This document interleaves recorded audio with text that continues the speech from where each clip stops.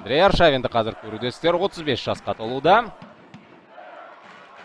Белгілі бұл футболшы өте қауіпті сәт, және де есеп ашылып отыр бұл жерде.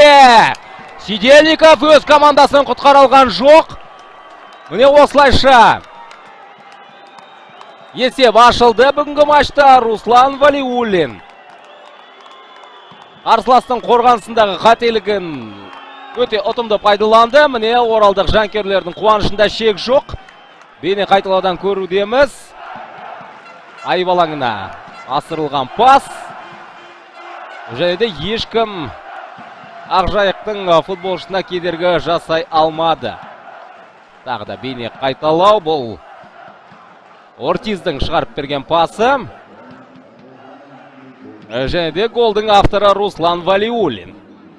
Міне